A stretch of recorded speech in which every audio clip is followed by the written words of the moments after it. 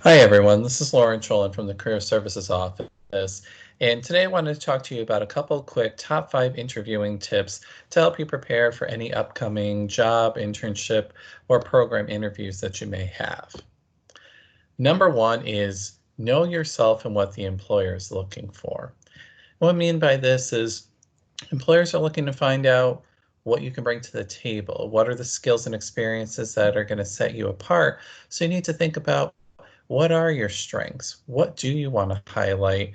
And what skills and experiences that you have that are important for this particular position? Also, be thinking about any weak spots that you have so that you can work on appropriate answers to those.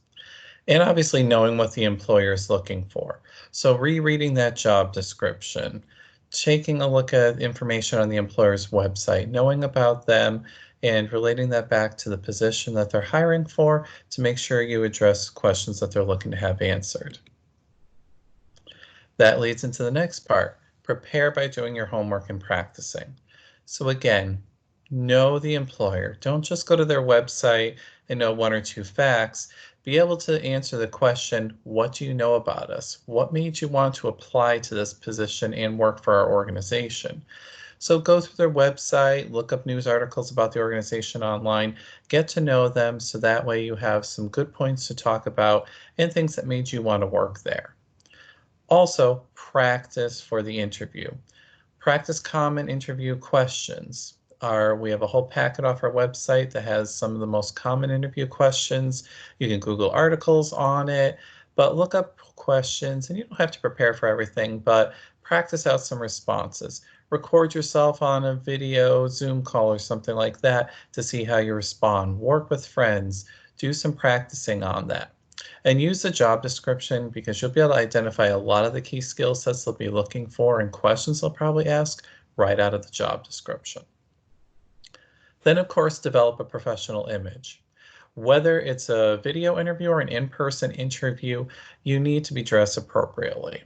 Now, in many cases, that'll be full business suit, shirt, and tie, or blouse sweater sort of combination, but professional attire is important to build that professional image. Beyond the professional attire, it's also things like addressing people appropriately in emails, spell and grammar check documents, no abbreviations, voicemail messages that are appropriate, not having your phone go off in the middle of the interview, conducting yourself well. These are all things to start building up that professional image. And if you have a LinkedIn profile, being able to direct employers online to some of those professional details that you want to have highlighted. So while you're going to be preparing for common questions and thinking about the things that they're looking for, you should also have questions to ask the employer. So after you've gone through and done some practice, be thinking about what is unanswered after you've researched the company, after you've done some practice and thought about this interview. What are questions that you still have open?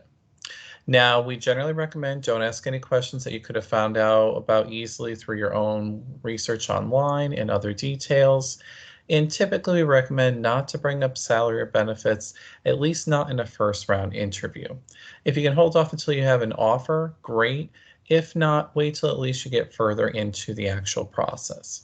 But really, anything you want to know, but make sure you have questions because if you say, I don't have any questions, it sounds like you're not interested when you probably are.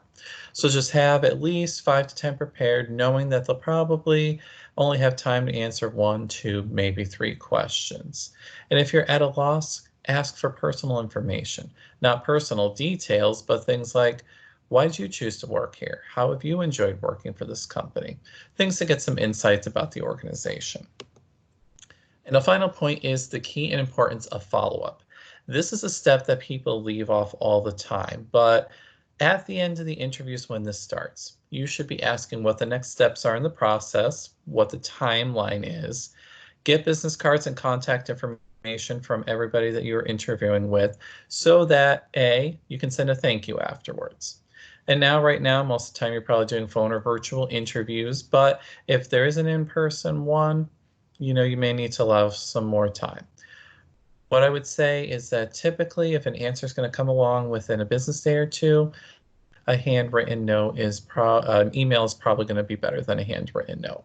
And in all honesty, in the current situation, most people probably can't get the handwritten. So make sure you at least send an email thank you.